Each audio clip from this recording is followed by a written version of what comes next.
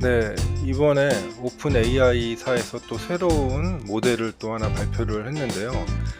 기존에는 뭐 3.5, 4.0 이런 식으로 버전업을 하다가 새로운 모델로 5.1, 영어로 5고 1은 그 버전 의미를 합니다. 그래서 새로운 모델인데 이 모델은 추론 모델입니다. 추론이라는 것은 우리가 새로 기존에 알고 있는 사실이나 명제를 기반으로 새로운 결론을 만들어내는 것이죠. 그러니까 기존의 챗GPT는 약간 문과 스타일이었다고 하면은 O1 같은 경우는 이과 스타일이라고 이해를 하시면 될 것 같고요.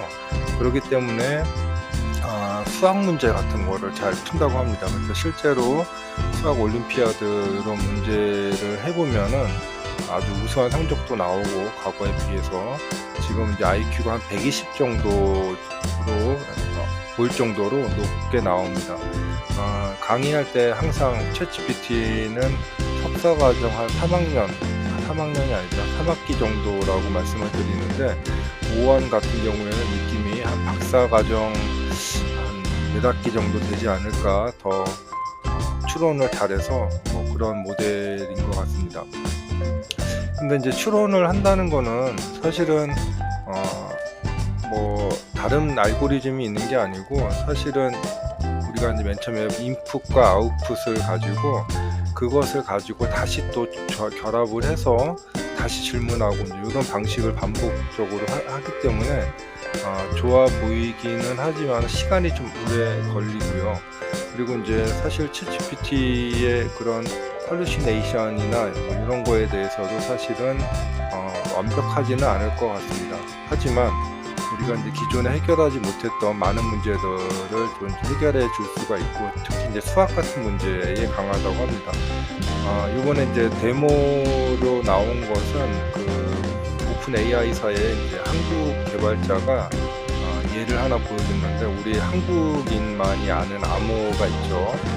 우리 어디 여행 사이트 여행 갔다가 이상한 한글로 막 이렇게 엉터리로 쓰더라도 사실은 그것을 기계는 이해하지 못하지만 한국 사람들은 얼추 이 집이 좋다 나쁘다라는 정도를 알 수 있는 한국인들의 암호들이 있는데, 그런 것도 어느 정도 해결을 한 것 같습니다. 그래서 이곳은 사실 뭐 의료나 교육, 금융 이런 데 좀 많이 사용할 것 같고, 좀 더 한 단계 또 발전하지 않았나 이제 그렇게 생각이 됐는데, 이제 문제는 그거죠.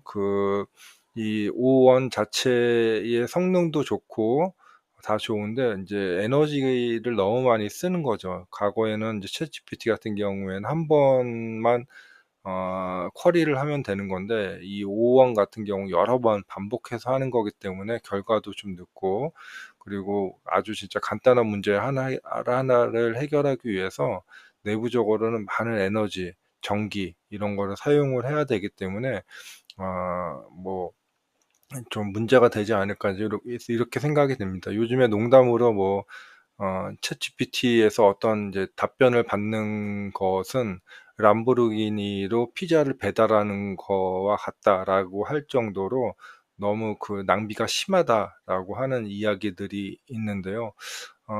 추론도 잘하는데 사실은 어떻게 이제 또 응용이 될지 한번 걱정이 되는 모델이기도 합니다. 챗GPT 나온 지 벌써 뭐 한 2년 조금 이제 가까이 되고 있는데, 정말로 놀라운 변화들이 많이 있어서 계속 업데이트를 안 할 수가 없네요. 자, 오늘은 여기까지 해보겠습니다.